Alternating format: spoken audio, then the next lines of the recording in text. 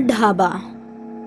आयुष का परिवार आगरा से रिहाइश पंजीर था। एक दिन आयुष के अब्बू सतीश घर वापस आए तो उन्होंने इत्तला दी कि पूरे परिवार अगले माह भाईजान के निकाह में शिरकत करने जाना है। आयुष की अम्मी ने गांव जाने से इनकार कर दिया। उस गलीज गांव में मैं बिल्कुल नहीं जाऊंगी, वो निहायत दूर है और हद ये है कि कोई सवारी मुहैया नहीं होती, और तो और वहाँ बिजली भी नहीं है। अब गांव का माहौल पहले जैसा नहीं रहा, सड़कें बन चुकी हैं। मैं अपने दोस्तों से गाड़ी मांग लूंगा, उसी से गांव चलेंगे। चलिए ना मम्मी, बहुत खुशी होगी। वैसे भी काफी वक्त से कहीं घूमने नहीं गए हैं। बेहतर है हम चलेंगे, लेकिन वहाँ कार से जाने से भी 20 घंटे से ज्यादा वक्त लगेगा, इसीलिए खाना घर से पकाकर ले जाना पड़ेगा। और हाँ, खाना तुम्हारे अब्बू ही बनाएंगे। अब उसकी जरूरत नहीं पड़ेगी, क्योंकि मैंने सुना है कि अब वहाँ पर कई ढाबे खुल गए हैं। निकाह से 2 दिन पहले अम्मी, अब्बू और आयुष कार से गांव की तरफ रवाना हो गए। राह से गुजरते हुए स्याह रात हो गई। सड़क पर गहरी स्याह रात थी और गहरी खामोशी थी। अब्बू, ये रास्ता तो बहुत ही वीरान है। डर की वजह से मुझे तो पेशाब आ रही है। अब्बू ने कार रोक दी। क्या हुआ अब्बू, आपने कार क्यों रोक दी? तुम्ही ने तो कहा कि तुम्हें पेशाब आ रही है, जाओ पहले पेशाब करके आओ। मैं गहरे अंधेरे में बाहर नहीं जाऊंगा। पेशाब रोकना अच्छी बात नहीं होती, जल्दी से जाओ पेशाब करके आओ। और हम लोग तो तुम्हारे पास ही खड़े हैं, आखिर तुम इतना डर क्यों रहे हो? आयुष ने कार का दरवाजा खोलकर जैसे ही पैर जमीन पर रखा, उसका पैर एक खोपड़ी के ऊपर पड़ा। आयुष खौफ से चिल्ला पड़ा। क्या हुआ? अब्बू, यहाँ इंसानी खोपड़ी पड़ी हुई है। अम्मी और अब्बू गाड़ी से बाहर निकले। घबराने की बात नहीं है, शायद कोई जंगली जानवर इसे अपने साथ यहाँ ले आया होगा। तुम पेशाब करने जाओ।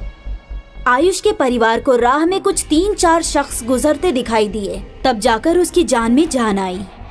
चलो, कुछ इंसान इस राह पे दिखाई तो दिए, अब मैं बेफिक्र होकर पेशाब कर सकता हूँ। आयुष पेशाब करने लगा और उसके अम्मी अब्बू गाड़ी में बैठ गए। आयुष जब पेशाब करके लौटा तो उसने देखा कि गाड़ी की डिक्की पीछे से हिल रही है। आयुष ने जब डिक्की खोली तो उसके अंदर एक भूतनी लेटी हुई थी। आयुष ने जोर से डिक्की बंद कर दी और चीखने लगा, चुड़ैल, चुड़ैल, अब्बू, चुड़ैल, चुड़ैल। आयुष के अम्मी अब्बू जल्द से गाड़ी से बाहर निकल कर आए। अब्बू, डिग्गी के अंदर एक चुड़ैल है, मैंने अभी डिग्गी खोल के देखी थी। सतीश ने डिक्की खोलकर देखने से पहले उन 3-4 शख्स को तलाशने की कोशिश की जो कुछ वक्त पहले ही उनके करीब से गुजरे थे। वे लोग अचानक से गायब हो गए थे। राह में दूर दूर तक कोई भी दिखाई नहीं दे रहा था। आखिरकार सतीश ने डर और खौफ के साए में डिक्की खोली। डिक्की में सामान के अलावा और कुछ नहीं था। आयुष, लग रहा है तुम्हें जहनी मसला हो गया है, कुछ भी तो नहीं दिख रहा है यहाँ। चलो जल्दी गाड़ी में बैठो। वो तीनों गाड़ी में बैठे और आगे की ओर चल पड़े। थोड़ी देर बाद आयुष ने बोला, अब्बू, पेशाब करने के बाद शिकम खाली हो गया है और मुझे बहुत जोरों की भूख महसूस हो रही है। सतीश, आप तो बता रहे थे कि यहाँ रास्ते पर बहुत सारे ढाबे मिलेंगे। मुझे तो कहीं भी कोई ढाबा नजर नहीं आ रहा। मैंने पहले ही इत्तला की थी कि हमें यहाँ नहीं आना चाहिए था। कुछ दूर गुजरने के बाद सतीश को एक ढाबा दिखाई दिया। मैंने जिक्र किया था ना कि यहाँ ढाबा है। चलो अब ढाबे के अंदर चलते हैं और भरपेट खाना खाते हैं। तीनों जब ढाबे के अंदर गए तो उन्हें ढाबे के अंदर 3 शख्स दिखाई दिए। 2 पुख्ता उम्र के मर्द और एक मोहतरमा और एक जवान लड़की। लड़की के हाथ में एक दरांती थी। वो आयुष के करीब आकर बोली, कहिए, क्या नोश फरमाएंगे? जो भी ताजा हो वो ले आओ। लड़की जब पलटकर जाने लगी तो उसने देखा उसकी जुल्फों में 2 कटे हुए सर लटके हुए थे। यहाँ तक कि लड़की के पाँव भी उल्टे थे। खौफ की वजह से आयुष और उसके अम्मी अब्बू का मुंह सूख गया था। रेखा ने सतीश के कान में कुछ कहा। सतीश पानी का जग लेने के बहाने उसकी तरफ गया जहाँ खाना बन रहा था। सतीश ने देखा कि पुख्ता उम्र का शख्स एक भगोने से 2-3 कटे हुए सर निकालकर कढ़ाई में गर्म करने के लिए डाल रहा था। उस शख्स के पैर भी उल्टे थे। सतीश ने रेखा के पास आकर धीमे से कुछ कहा, यहाँ जरूर कुछ नामाकूल है, हमें फौरन यहाँ से निकल जाना चाहिए। तीनों खामोशी से दबे पांव दरवाजे की तरफ बढ़ने लगे, पर तभी वो दरांते वाली लड़की तेजी से चलते हुए आई और उसने ढाबे का दरवाजा बंद कर दिया। बिना खाना खिलाए मैं किसी को नहीं जाने देती। हमें देर हो रही है, हमें जाने दीजिए, जाने दीजिए। वो दरांती उठाकर बोली, चुपचाप खामोशी से बैठ जाओ और खाना खाकर जाओ। सतीश के परिवार के सामने और कोई वजह नहीं थी। वो खामोशी से मेज के इर्द गिर्द बैठ गए। कुछ लम्हे में एक शख्स शानदार खाना लेकर आया जिसमें पनीर की सब्जी, रोटी, आलू और कई चीजें मौजूद थी। वो शख्स जब खाना रखकर चला गया तो सतीश ने देखा कि वो लड़की उनके पास तन्हा खड़ी है। सतीश ने एक झटके से उसके हाथ से दरांती छीना और उसकी गर्दन पर वार करके गर्दन काट डाली। भागो यहाँ से। तीनों लोग ढाबे के बाहर की तरफ भागे। उधर कमरे के अंदर से मर्द और खातून खौफनाक तरीके से चीखते हुए उनकी ओर बढ़े। मर्द और खातून का चेहरा खौफनाक हो गया था। सतीश का परिवार गाड़ी में बैठ चुका था और सतीश ने गाड़ी चालू कर दी, पर पीछे भूत और भूतनी ने उनकी गाड़ी को पकड़ रखा था। सतीश ने बहुत कोशिश की पर कार आगे नहीं बढ़ पा रही थी। आखिरकार उसने बैक गियर डाला और गाड़ी तेजी से पीछे की तरफ भगाया। मर्द और खातून गाड़ी से कुचल गए और सतीश ने तेजी से गाड़ी आगे बढ़ाई और वो सुबह होने तक नहीं रुका। सतीश ने गांव पहुंचने के बाद सारी बात अपने भाईजान को बताई। अच्छा हुआ तुम्हारे परिवार को कोई नुकसान नहीं हुआ। कुछ बरस पहले वहाँ एक ढाबा हुआ करता था जिसे एक गरीब परिवार चलाता था। परिवार में 3 फर्द थे, मर्द, खातून और उसकी बेटी। एक बार कुछ जवान लड़के ढाबा में खाना खाने गए और लड़की के साथ बदसलूकी करने लगे। जब लड़की के वालिद ने मुखालफत की तो लड़कों ने रिवॉल्वर निकाली और मर्द, खातून और उसकी बेटी को गोली मार दी। उसी परिवार की रूह वहाँ भटकती है और वहाँ ढाबा होने का मुगालता पैदा करती है। लौटते वक्त रात में वहाँ से मत गुजरना। दिल्ली शहर की एक आम सोसाइटी में रहता था एक परिवार जिसमें रिहाइश थी अम्मी अनीता और उनकी बेटी प्रिया की। अरे प्रिया, तुम अपना टिफिन भूल गई? अम्मी रहने दीजिए, अब मुझे देरी हो रही है। मेरे हबीब मेरा इंतजार कर रहे हैं। मैं कैंटीन से कुछ खा लूंगी। ओहो, ये आज के दौर के बच्चे भी ना। तभी उनकी पड़ोसी बाहर आई। बिल्कुल सही मिसेस व्यास, मेरा बेटा भी बिल्कुल ऐसा ही है। अब देखिए ना, रोज की तरह सुबह से उसका टिफिन बना रही हूँ और वो टिफिन छोड़कर चली गई। मैं समझ सकती हूँ आप क्या महसूस कर रही हैं। क्या करें, आजकल के बच्चे ऐसे ही होते हैं। अनीता और सुशीला रोज अपने घरों की बातें किया करती थी। बरस बीत गए लेकिन रोजमर्रा की इनकी आदतें नहीं बदली। फिलहाल इनके घर इस हद तक करीब थे कि इन्हें बातचीत करने के लिए घर से बाहर निकलने की जरूरत नहीं पड़ती थी। एक रात इस सोसाइटी में एक चोर आया। उसने देखा कि सभी घरों की कोई ना कोई बत्ती जली हुई है। लगता है ये लोग अभी तक जगे हुए हैं। बेहतर है मुझे बाद में आना चाहिए। और फिर तभी उसकी नजर अनीता के घर पर पड़ी। लगता है इस घर में कोई नहीं है। इससे अच्छा मौका दोबारा नहीं मिलेगा। चोर पाइप की मदद से ऊपर चढ़ने लगा। उसने तार की मदद से उस खिड़की की कुंडी खोल दी।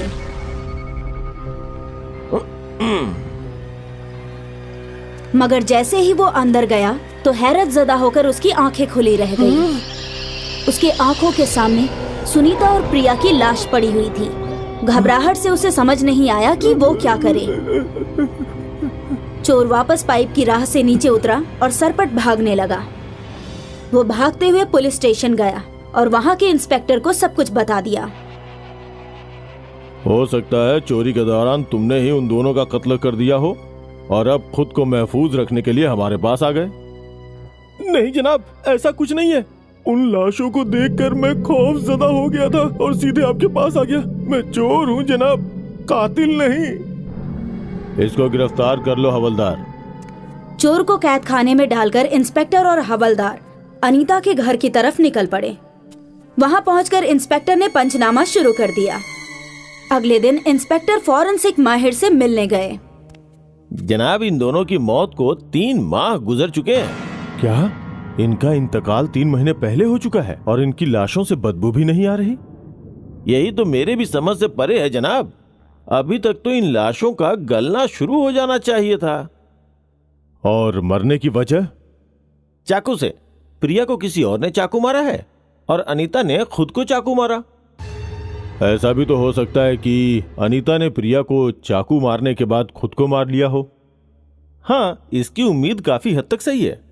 बेहतर है जनाब। यहाँ से निकलकर इंस्पेक्टर सुशीला के घर पहुंचे। जनाब, उन दोनों का कत्ल किसने किया? इसका ही तो पता लगाना है। खैर ये बताइए कि 3 माह से आपके पड़ोस का घर बंद है, तो क्या आप लोगों को शक नहीं हुआ? नहीं जनाब, कल तक तो सब कुछ ठीक था। सब ठीक था? कल ही तो मेरी गुफ्तगू मोहतरमा व्यास से हुई थी। क्या ये कैसे मुमकिन है? उन दोनों की मौत हुए 3 माह गुजर चुके हैं। क्या? नहीं जनाब, आप चाहें तो किसी से पूछ लीजिए। वो दोनों कल तक तो जिंदा थी और कल मैंने प्रिया को भी देखा था। ये सब सुनने के बाद इंस्पेक्टर के होशो हवास गुम हो गए। उसे समझ नहीं आ रहा था कि ये मुमकिन कैसे हो सकता है। इंस्पेक्टर ने जब और मोहल्ले वालों से पूछताछ की तो सभी का यही कहना था कि वो दोनों कल तक जिंदा थीं। कुछ दिन गुजरने के बाद जब इंस्पेक्टर कोतवाली में थे तभी सुशीला वहां आई। जनाब, कुछ तो गड़बड़ है। क्यों, क्या हो गया? आज भी उस घर की बत्तियां जल रही थी और अगरबत्ती की खुशबू आ रही थी। ऐसे महसूस हो रहा है जैसे कोई वहां है, पर ना जाने कौन है। लेकिन हमने तो वो घर पर मोहर मारी हुई है। जनाब, आप खुद ही पता लगा लीजिए। ठीक है, आज रात मैं खुद वहां आऊंगा। सुशीला वहां से चली गई और इंस्पेक्टर अजीब सी कश्मकश में फंस गया। उस रात हवलदार और इंस्पेक्टर घर से कुछ दूरी पर अपनी जीप लगाकर बैठे थे। जनाब, अब तक तो सब ठीक ही लग रहा है, और वैसे भी हमने घर पे मोहर मारी हुई है। आखिर कोई अंदर कैसे जा सकता है? ये मामला कुछ अजीबोगरीब है। मौत के 3 माह गुजर चुके हैं, पर लोगों का कहना है कि वो लोग जिंदा थे। कुछ तो गड़बड़ है संजय, हमें पता लगाना ही पड़ेगा। ठीक है जनाब, आप मुनासिब समझे तो सो जाइए। मेरी नजर है उस घर के ऊपर। नहीं संजय, इस मामले ने मेरी नींद उड़ा दी है। अब नींद आना मुश्किल है। तो चलिए जनाब, आप और मैं दोनों मोबाइल पर सांप और सीढ़ी का खेल खेलते हैं। ये अच्छा ख्याल है। हमारे जगने के साथ ही तफरीह भी हो जाएगी। इंस्पेक्टर और हवलदार फोन पर सांप सीढ़ी का खेल खेल ही रहे थे, तभी अनीता के घर की बत्तियां जल उठी। वो देखो संजय। बत्तियां कैसे जल उठी? दोनों जीप से बाहर आकर खड़े हो गए और तभी अनीता अपने घर से बाहर आई। ये देखकर दोनों के होश हवास उड़ गए और हवलदार बौखलाकर गिर पड़ा। संजय, संजय, उठो संजय। भूत, भूत, जनाब, भूत। इंस्पेक्टर ने हवलदार को जीप में बिठाया और खुद अनीता के घर की ओर चल पड़ा। इंस्पेक्टर ने घर का ताला खोला और अंदर दाखिल हुआ। अंदर दाखिल होते ही उसे जोर जोर से किसी के झगड़ने की आवाज आ रही थी। मैंने बताया ना प्रिया, वो लड़का तुम्हारे लिए बेहतर नहीं है। अम्मी, मैं उससे मोहब्बत करती हूँ और उसी से निकाह करूंगी। क्या इसी वक्त के लिए मैंने तुम्हें बेहतर परवरिश देकर इतना बड़ा किया? वो मैं नहीं जानती। उस बंदे का 3 बार निकाह हो चुका है और 3 तलाक भी हो चुका है। शायद उसे बेहतर तरीके से समझने वाली कोई नहीं मिली। और अम्मी, हम दोनों एक दूसरे के लिए ही बने हैं। वो तुम्हारे साथ भी वैसा ही करेगा जैसा उसने अपनी पिछली 3 बेगमों के साथ किया।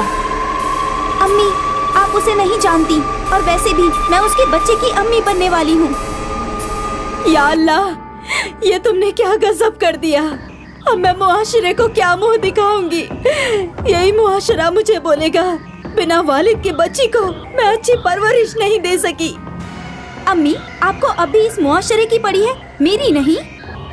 मुझे तुम्हारी फिक्र है और तुम्हें इस मुआशरे में ही रहना है।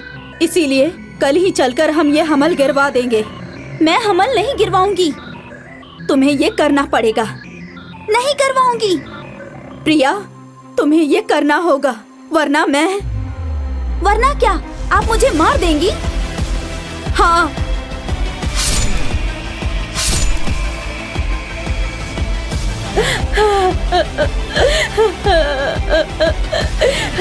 मेरी प्यारी बच्ची।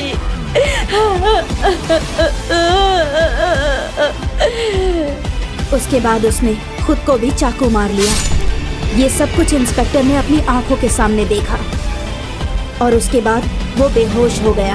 अगली सुबह जब इंस्पेक्टर को होश आया तो उसे समझ नहीं आ रहा था कि उसके साथ क्या हुआ। उसे ये तो समझ आ चुका था कि कत्ल कैसे और क्यों हुआ, मगर वो इस कश्मकश में था कि वो फाइल में क्या लिखता, कि उसे ये तफसील भूतों ने दी है। अब भी इस घर में अक्सर उनके झगड़ों की आवाज आती है और इस खौफ की वजह से लोग अपने घरों से बाहर नहीं निकलते और अब ये घर दिल्ली शहर के खौफनाक शहर में शुमार होता है।